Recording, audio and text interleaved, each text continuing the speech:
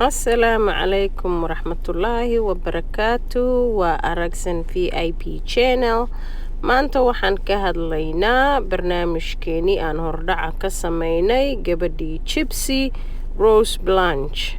Gypsy waa tan ayada oo jirto 1 sano oo maskaxdeeduna ay caadi tahay. Gypsy markii ay 2 sano ku socotay caloosha ayaa laga duleeliyay waxaan lagu talaalay feeding tube wax la yiraahdo. Tubadaas ayaana laga quudin jiray muddo badan oo inay afka wax ka cunto hooyadeed ma aysan ogolayn. Qisada Gypsy haddaan dib ugu laabano, Gypsy waa gabar dhalatay 1991 July 27. Gypsy aabaheed waxaa la dhahaa Rat Blanche, hooyadeedna waxaa la dhahaa Didi Blanche. Hooyadeed iyo aabaheed iskuulka ayay isku barteen. Halkaasi ay Gypsy uurkeeda ku qaaday. Aabaheed uu ka cararay markuu uurka yeelatay. Dhaqanka soo dareenka Mareykanka ayaa waxay tahay haddii aad gabar uuraydo inaad adiga guursato. Marka wiilkii iyo gabadhii oo aad isku rabin ayaa isguursaday kadibna way kala tageen. Gypsy hooyadeed waxay cudur ayaa maskaxda uga dhacsanay laakiin aanan la ogeyn cudurkaas oo la dhaho meningitis praxis oo dadka jecel inay ilmahooda cudur ku sheegaan 12 maanta ay dhahaan cunugeyga wax ma cuno, cunugeyga waa caato, cunugeyga ma seexdo, cunugeyga waa kan. Cudurkaas ayaa hooyadeed ay qabtay laakiin lama ogeyn. Hooyadeed marka gabadhu waxay kula waalatay inay dhaqaatiirta u geyso ay cuduradan oo dhan ay ka sheegtay tiraad indhaha wax kama arkayso, dhagaha wax kama maqlayso, gaasay qabtaa, neefay qabtaa, allergy ay qabtaa, maxaa la dhahaa kansar ay marka dambe ay tiraado inay dhahdo leukemia ayay qabtaa gabadhaani oo markaas timaha ay ka xiiri jirtay si ay ugu ekaato qof kansar qaba. Marka hooyadeed waxay ku heshay deeq badan ayay dalka Mareykanka uga heshay, lacag badan ay uga heshay ee kambanigan caanka ah ee McDonald's la leeyahay uu lacag badan ku bixiyay. Markii ay gabadha 10 sano gaartay hooyadeed waxay dhahday gabadhaani habeenkii ma seexan karto, neeftaaba ku dhagdhagayso. Mashiinkani ayay dalbatay oo dadka markay hurdayaan sanka looga xiro. Maalmaha kamid ayay waxay la kulantay Dr. Flash teamkan oo neurology ah. Wuxuu dhahay hooyadani hooyo run sheegaysa ma ahan. Gabadhaani 14 jir ay keentay waxayna ii sheegtay 9 sano inaysan soconin. Gabar aanan 9 sano soconin sidee stiil murqaheeda ay u nool yihiin buu. Waana run qofka cuuriyaanka ah waad arki kartaa lugta hadduu cuuriyaan ka yahay lugta way yaraataa, gacanta hadduu cuuriyaan ka yahay gacanta way yaraataa. Laakiin wuxuu yiri 9 sano qof aan dhaqaaqin haddana muscle tone-kiisa waa uu nool yahay, murqaha waa ay nool yihiin. Hooyadaani hal eegu yiri si gaar ah loo baaro kuwa caruurta dadka ka qaataan ama baaraan ayuu social service ku wacay. Wuxuu dhahay hooyadaani run ma sheegayso, ilmahan yarka ah laga qabto. Dadkii way la yaabeen waxay dhaheen ma gabadha yar oo kansarka qabta oo hooyadan la tacaalayso. Hooyooyinka qaar ilmaha waxa lagu qabsadaa markay dayacaan, laakiin hooyadaani waxay ahayd hooyo evil oo shaydaan ah. Waxay isticmaalaysay overprotective wax ah gabadhani inay aad u jeceshahay in aysan gacanteeda ka daynayn, in ay maxaa la yiraahdaa dhaqaatiirta ay la taagan tahay, in ay la murmayso wax kasta oo meesha ka dhacay tiraada gabadhayda rafaadkan aan ku qabay dhibaatadan, in ay caalamka u sheegtay inay hooyo dhiban tahay oo loo wada gargaaray oo loo gurmaday oo la yiraahdo hooyada gabadheeda 10 cudur qabta waa in la gargaara. Habitat Humanity kuwa la yiraahdo dadka guryaha free ugu dhiso Mareykanka ayay markii dambe soo waceen. Markaas waxay dhaheen kaliga ayaa house lagu dhisayaa, shilin lacagna ma bixinayso, waa free, adigana iska leh. Gurigii house-ka ahay ayay sidii hooyada ku yeelatay. Gabadhani maalintii 3 bilood jirtay ayay hooyadeed waxay ku bilowday inay dhahdo sleep apnea ayay qabtaa, hurdada ma dhameystirato. Timaha ayay ka xiiri jirtay subax walba. Waxay dhihi jirtay hooyo awalba way ka daadan lahaayeen kansar baad qabtaa, keen ka xiire. Hooyadeed gacanta ay gabadha ka hayn jirto mar alle markay TV show-ga waraysi ay sameynayaan gacantaasi ku dhagan tahay si aysan hadal qalada u sheegin gabadhii oo xanuunsan oo qof xanuunsan u egno waatan gabadhan ma aysan xanuunsanayn laakiin hooyadeed waxay jecleed gabadha inay xanuuno badan ay ka sheegtay daawooyin badan inay siin jirtay maxaa la yiraahdaa oxygen inay habeenkii ku seexin jirtay caloosha inay ka duleelisay daawooyinka kaliya ay gabadha ay leedahay counterral lagu xareen jiray tirada intay ka bateen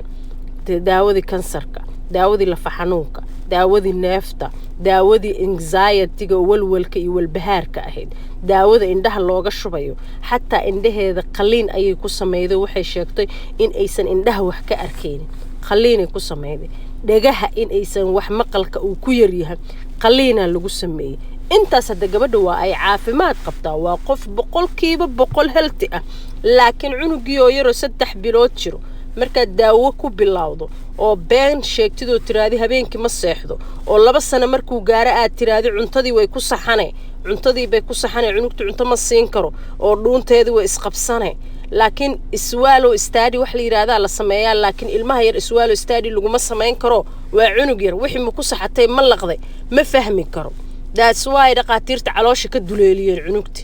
markaasay dhaheen caloosha ha laga quudiyo waa cunug wax cuni karto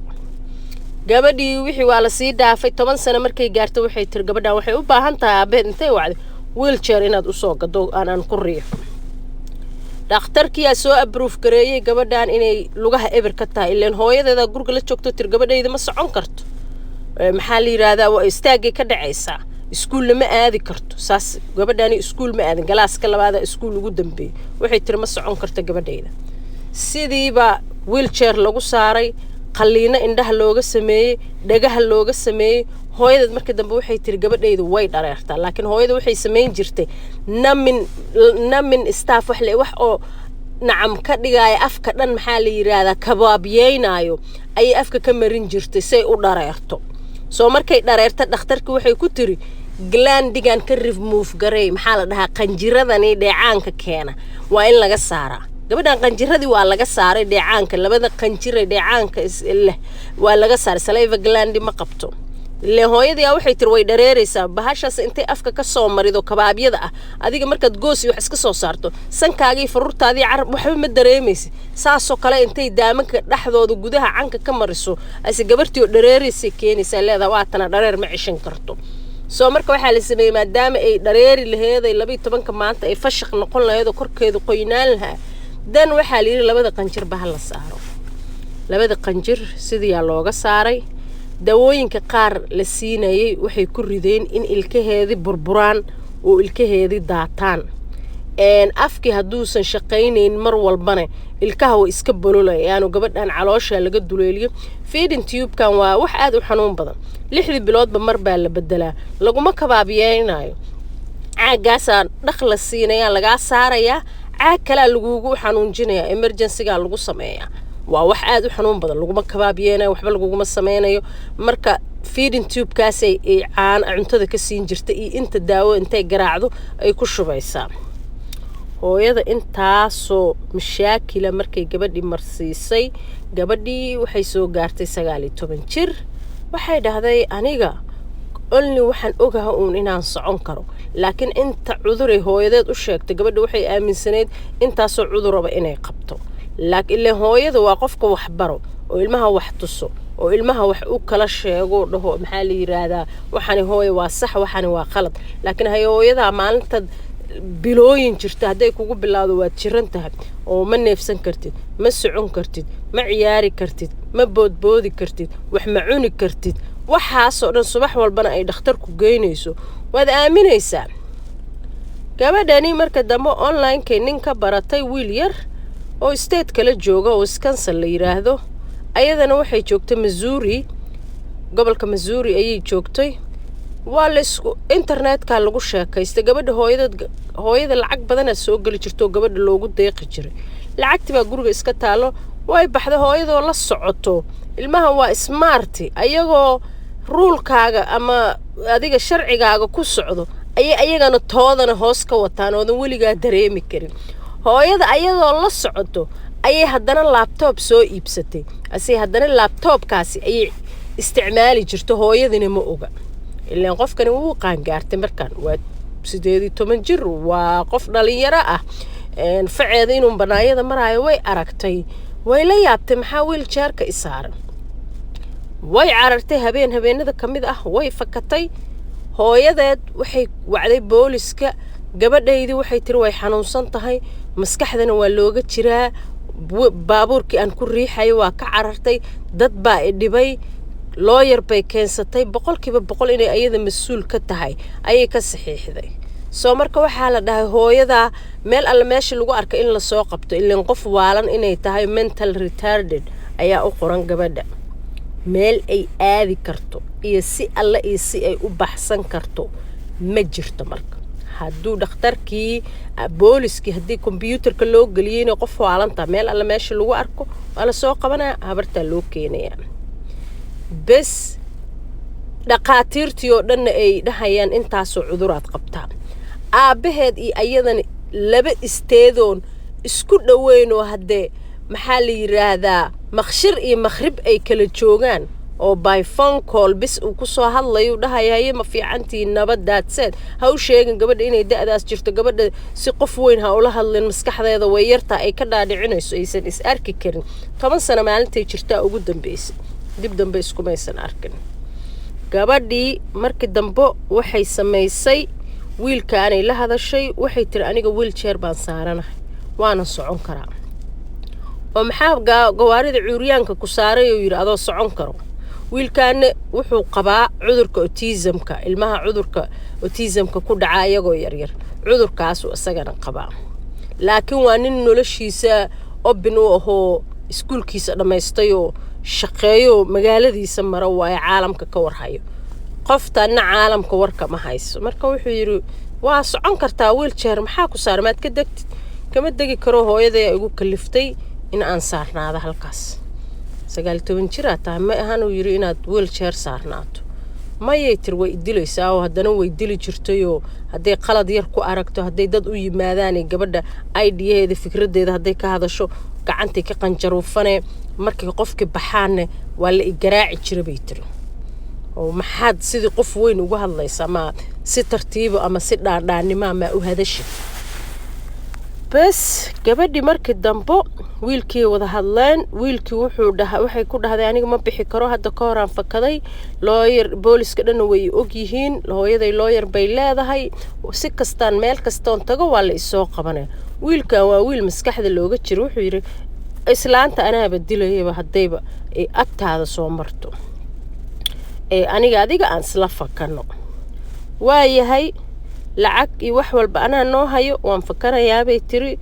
habeenkii marka wiilkaani wuxuu yiri islaantan saan kugu gashay oo afkaagii saan yahay oo timihi ka xiiran tahay oo luguhi ku yaryaraadeen oo adiga dhan baad u egtahay uu yiri ilmo yar oo 10 jir laakiin aad tahay 19 jir oo aadan cunto lagu ogoleen oo 30 qaliina aad martay oo sanad walbaba qaliin qaas ay ku diyaarinayso dhaw helicopter lagugu qaadayo lagu suuxinayo waaba in la dilay istaahishaah yiraahdo noloshaadi bay bedishay ma badaynayo dhahay ma badaynayo uu imaaday midiyu soo qaatay walmartiga dukaan la yiraahdo mididii laga soo gatay waa la imaaday maamadii markay seexatay buu dhabarka midiye ka galgaliyay islaanti sidii ku nafweysay gabadhii iyo wiilkii waa isla baxsadeen waxay ka tageen magaalada la yiraahdo maxaa la yiraahdaa Springfield ee Missouri ku taala waxay u baxsadeen magaalo la yiraahdo Wisconsin gobol la yiraahdo hooyadiis iyo aabihiis wiilkiina waa la soo qabtay gabadhiina waa la soo qabtay waatan iyada xabsiga ku jirta wiilkii waxa lagu xakumay first degree murder ilaa asaga dambiga geysto wax dilay cimrigaaga ha ku furtaa lagu xiray fiina abadan gabadhiina waxa lagu xakumay 10 sano oo waxay soo baxaydaa 2024 aabaheed ayaa xabsiga ku soo booqday gabadhu waa gabar aad u aqli badan waxay dhahday wax walba oo dhaco marnaba aniga ma aanan isdhihin waxaano dhibahoo dhan aabaha uu kugu eeganaya qaladkana asaga iskale marnaba qalad kuma saaray dhahday laakiin way kaloon ku baxsado ayaan waayay waxaana noqday tiri qof muctaad u ah in aan labadayda lugood ku socdo marka dilka aan hooyaday u geystane waa midaan weligay ka shalayn doono oo nolosheydana aan ka sheekayn doono laakiin waxay dhahday 10 sano la igu xukumo waxay iiga fiican tahay 10 sano hooyaday aan la noolaan lahay oo sanad walbana qaliin aan mari lahay oo jirkayga la khalkhali lahay caloosheydina way ii raysatay waan almiiteeyaa waanan caafimaad qabaa weligay allahayna waan ku jeclaan doonaa dhibkani tan aan hadda ku jirano wax dhiba ma ahan waa mahadsantihiin share and like my story thank you